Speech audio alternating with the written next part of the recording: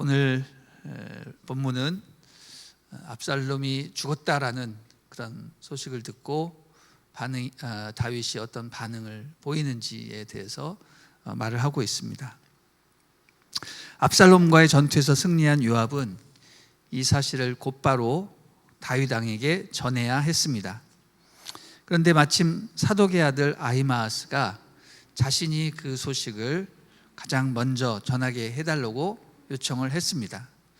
그러나 요압이 보기에 이 소식은 단순한 승전보가 아니라 왕자였던 압살롬이 죽었다는 소식도 포함되어야 했기 때문에 다윗이 이 소식을 듣고 마냥 기뻐만 하지 않을 것을 알았기 때문에 자신의 측근을 전령으로 보내는 것은 위험하다고 생각했습니다. 그래서 요압은 아히마아스에게 오늘 그 소식을 전할 사람은 너가 아니다. 왕자가 죽었으니 너는 다른 날 전하고 오늘은 하지 마라. 이렇게 타일렀습니다. 그러나 무슨 이유에서인지 아히마아스는 계속 자기가 가겠다고 나섰습니다. 요압은 에티오피아 사람에게 이 일을 시켰고 그를 보냈습니다. 아히마아스가 다시 요압에게 나와 내가 저 에티오피아 사람을 따라가게 해달라고 또 간청을 했습니다. 이렇게 막무가내로 계속 자기가 가겠다고 떼를 쓰니 그를 도저히 막을 길이 없어서 요압은 그를 보내게 됩니다. 아히마아스는 그 명령을 듣고 빠른 걸음으로, 그것도 지름길로 가서 에티오피아 전령을 따라잡게 되었다라는 것이 어제 본문이었죠.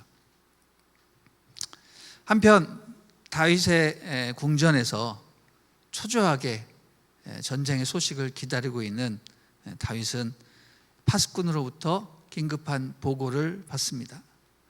왕이시여, 저쪽에서 한 사람이 달려오고 있습니다. 다윗이 말합니다. 그가 혼자라면 분명 그 입에 좋은 소식이 있을 것이다. 이윽고 파수꾼은 또 다른 사람이 뒤따라 달려오고 있는 것을 보았습니다. 왕이 대답합니다. 저 사람도 좋은 소식을 가져오는 것이다. 파수꾼이 말합니다. 첫 번째 달려오는 사람은 사독의 아들 아히마아스가 분명합니다. 그랬더니 다윗이 뭐라고 합니까? 그는 좋은 사람이니 좋은 소식을 가져올 것이다. 이렇게 말을 합니다. 다윗의 대답을 들어보니 다윗은 지금 좋은 소식을 고대하고 있는 겁니다. 혼자 와도 그는 좋은 소식을 가져올 것이고, 두 사람이 달려와도 좋은 소식을 가져올 것이고, 특별히 자기가 아는 측근이 오면 더 좋은 소식을 가져올 것이다. 이처럼 다윗은 좋은 소식에 대해서 목말라 하고 있는 그런 모습을 보게 됩니다. 그런데 여기서 우리는 그 전령에 대해서 다윗이 아주 독특한 평가를 내리고 있는 것을 보게 됩니다. 그가 뭐라고 말합니까? 혼자 오는 사람인 것을 보니 그의 입에는 좋은 것이 있을 것이다. 좋은 소식이 있을 것이다. 또 뭐라고 말합니까? 그는 좋은 사람이기 때문에 좋은 소식을 가져올 것이다. 여러분, 다윗이 좋은 소식에 목말라 했기 때문에 이런 말을 한 것이라고 생각이 되지만 그 말이 틀리지는 않습니다.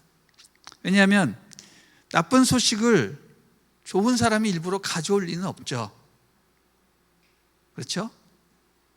그리고 나쁜 소식을 전하기 위해서 한 사람이 멀리서부터 막 헐레벌떡 뛰어오는 법도 없기 때문입니다.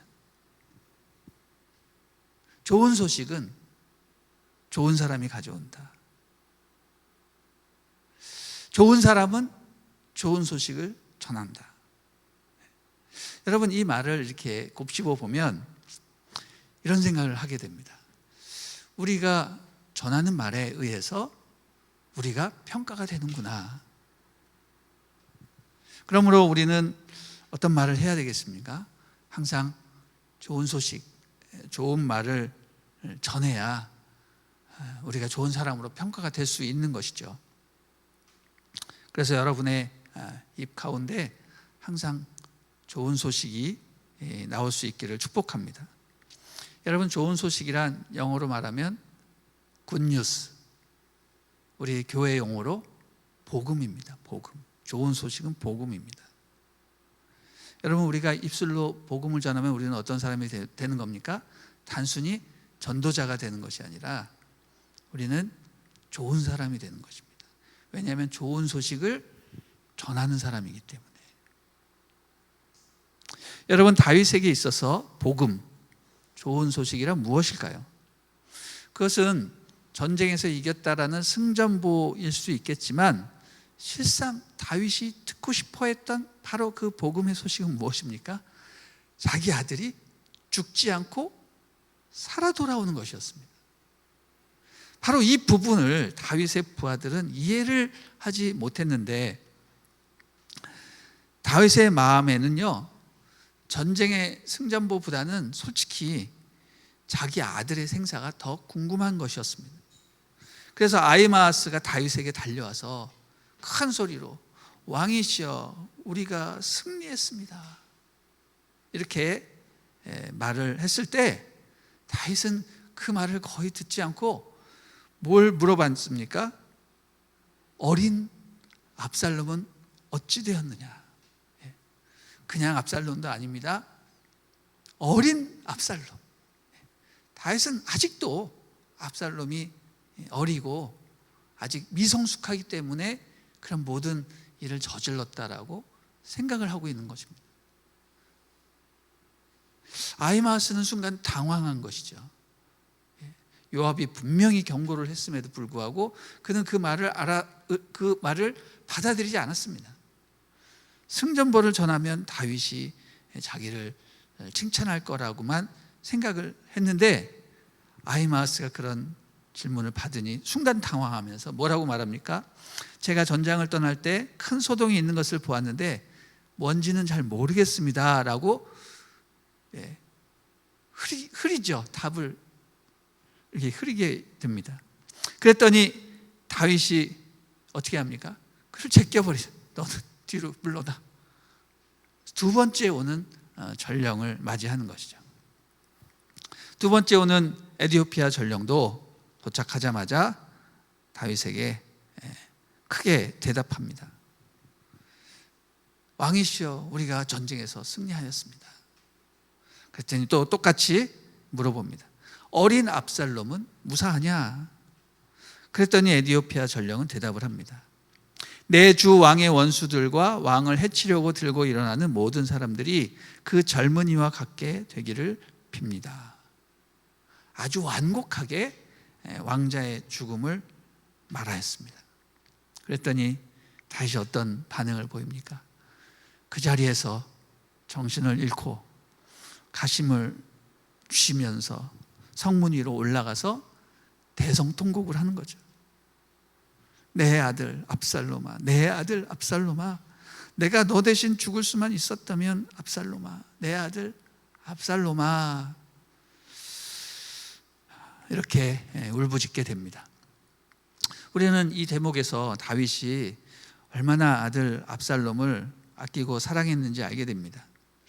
아마도 그의 죽음이 자신의 잘못으로 비롯되었음을 통감했기 때문에 그렇게 울부짖었던 것이 아닌가 싶습니다.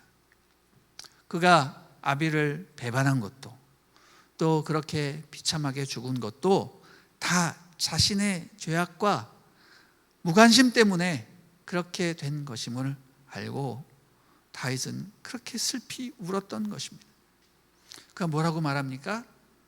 사실 내가 죽었어야 마땅했는데 너가 나 대신 죽은 거구나. 여러분, 이런 말을 하지 않습니까? 내가 너 대신 죽을 수만 있었다면 내가 죽었어야 되는데.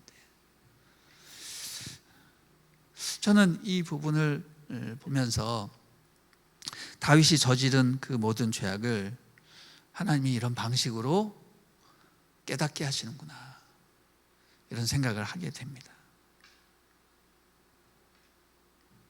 우리가 이 세상에 저지른 죄악은 그냥 없어지지 않습니다. 반드시 대가를 치르게 되어 있습니다. 그 사실을 우리는 통감하게 됩니다. 저는 오늘 말씀을 이렇게 준비하면서 약간 다른 각도로 다윗이 아파하는 그런 마음을 생각하게 되었습니다. 그것은 다윗의 마음을 통해서 우리 아버지 하나님의 마음을 느끼게 된 것입니다. 여러분, 다윗이 전령들로부터 듣기를 원했던 좋은 소식이란 어떤 것이었을까? 그것은 전쟁에서 승리했다라는 승전보라기보다는 아들이 살아있다라는 소식을 더 듣기 원했습니다. 이것이 어쩌면 우리 하나님의 마음도 똑같다라는 생각을 해보게 됩니다. 여러분, 기쁜 소식, 복음이란 무엇입니까? 복음은 한마디로 죄인이 주님께로 돌아왔다라는, 이것이 진짜 복음 아니겠습니까? 하나님이 원하는 좋은 소식은 이 세상이 심판받고 세상이 좋아졌다, 세상이 천국이 되었다, 이게 복음이 아니라 진짜 복음은 죄인이 한 명이 돌아왔다, 이게 진짜 복음인 겁니다. 요압이 보낸 전령들은 다윗의 부대가 압살롬의 군인들과 싸워 이겼다는 승전보만 전했지만 사실 이것은 반쪽짜리 소식이었습니다. 왕자가 아직 살아있다라는 소식이 없는 겁니다. 다윗의 마음을 전혀 헤아리지 못한 이 두 명의 전령들은 착각을 한 거예요. 다윗이 전쟁에서 이겼다 그러면 기뻐할 줄 아는 거예요. 아닙니다. 승리도 중요하죠, 물론. 그러나 그보다 더 중요한 것은 뭐예요? 왕자가 살아있어야 되는 거예요. 왕의 마음은 무엇입니까? 전쟁에서 승리하는 것도 중요하지만 왕자가 살아있어야 되는 거예요. 왕자가 돌아와야 되는 거예요. 여러분, 우리 하나님의 마음은 어떠하겠습니까?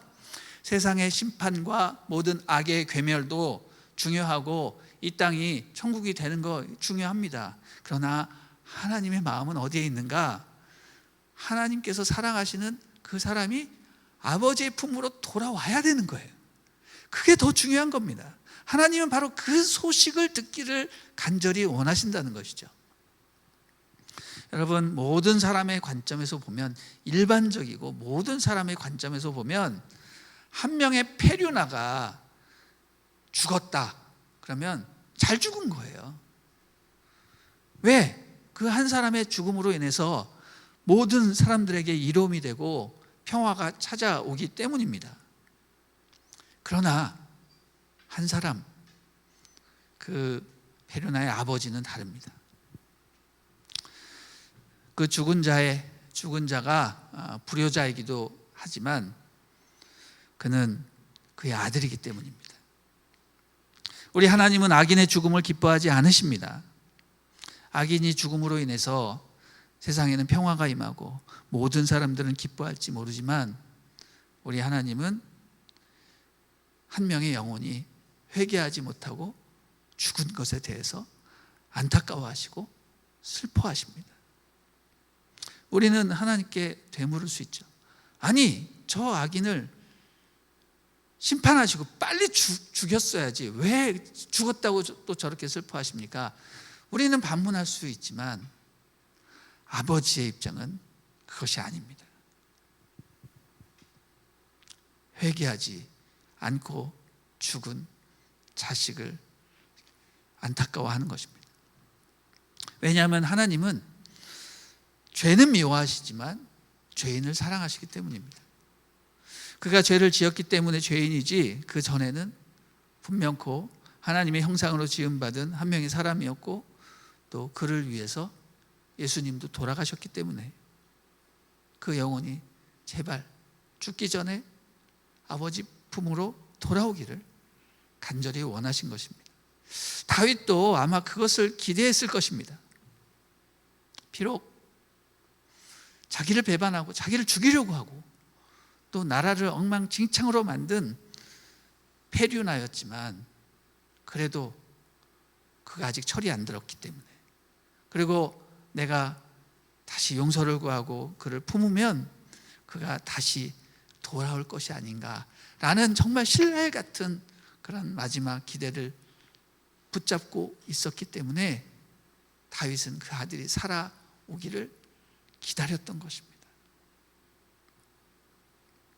저는 이 부분을 묵상을 하면서 정말 하늘 아버지의 마음을 가장 잘 아시는 예수님이 이 땅에 무슨 사역을 하셨는가 생각을 해보게 되었습니다. 우리 예수님은 정말 아버지의 마음을 너무 잘 알았기 때문에, 아셨기 때문에 그분은 이런 말씀을 하셨습니다. 의인에게는 의사가 필요 없고 죄인에게 의사가 필요하다. 그러시면서 그분은 항상 죄인들과 함께 식사하고 교제하고 그들을 품고 그들을 용서하고 마지막에는 그들을 위해서 십자가에 달려 그 보혈을 흘리시고 그 사람들을 다 구원하셨습니다. 거기에는 저와 여러분이 포함되어 있는 것입니다. 예수님이야말로 복음이 무엇이었는가 제대로 깨달은 분이구나, 이런 생각을 하게 됩니다. 여러분, 우리가 진짜 복음이란 무엇이냐, 이것을 깨닫는다면 우리의 삶이 바뀌게 될 것입니다. 우리 주변에 함께 있는 사람들의 대상이 바뀔 것입니다. 나 자신의 유익을 위해서 잘 나가는 사람을 내 친구로 삼는 것이 아니라 정말 이 땅에 도움이 필요하고 하나님의 복음이 필요한 사람들을 향해서 우리는 나아가게 될 것입니다.